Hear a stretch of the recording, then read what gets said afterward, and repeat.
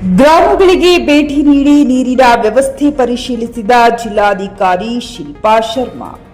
ಔರಾದ್ ತಾಲೂಕಿನ ವಿವಿಧ ಗ್ರಾಮಗಳಲ್ಲಿ ಕುಡಿಯುವ ನೀರಿನ ಸಮಸ್ಯೆ ಎದುರಾಗದಂತೆ ಮುಂಜಾಗ್ರತಾ ಕ್ರಮಗಳನ್ನು ಕೈಗೊಳ್ಳುವಂತೆ ಜಿಲ್ಲಾಧಿಕಾರಿ ಶಿಲ್ಪಾ ಶರ್ಮಾ ಅವರು ಸಂಬಂಧಿಸಿದ ಅಧಿಕಾರಿಗಳಿಗೆ ಸೂಚನೆ ನೀಡಿದರು.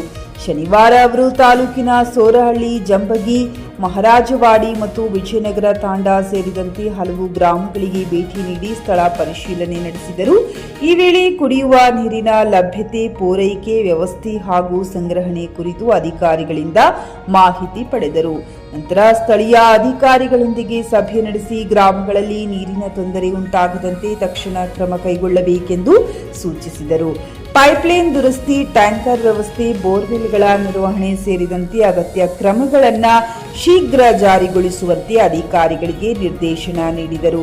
ಸಾರ್ವಜನಿಕರಿಂದ ಬಂದಿರುವ ದೂರುಗಳನ್ನು ಗಂಭೀರವಾಗಿ ಪರಿಗಣಿಸಿ ಶೀಘ್ರ ಪರಿಹಾರ ಒದಗಿಸಬೇಕೆಂದು ಹೇಳಿದರು.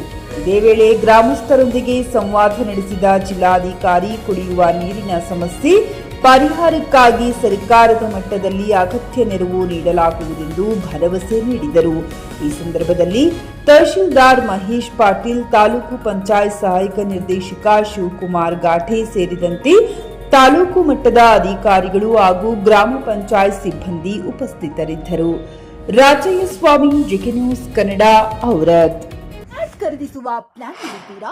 ಹಾಗಾದ್ರೆ ಕೇತಕಿ ಡೆವಲಪರ್ಸ್ ನಲ್ಲಿ ಮೂಲಭೂತ ಸೌಕರ್ಯಗಳುಳ್ಳ CC road, footpath, garden, under drainage, water supply, ಉತ್ತಮ ಪರಿಸರವುಳ್ಳ ಫ್ಲಾಟ್ಸ್ ಲೇಔಟ್ ಲಭ್ಯ. ಬೀದರ್, ಹುಮ್ನಾಬಾದ್ ಸೇರಿದಂತೆ ಹಲವು ಭಾಗಗಳಲ್ಲಿ ಸುಂದರ ಲೇಔಟ್ಗಳಿದ್ದು ಅತ್ಯುತ್ತಮ ಬೆಲೆ, ಇಎಂಐ ಸ್ಕೀಮ್ಸ್ ಅನ್ನು ಲಭ್ಯ.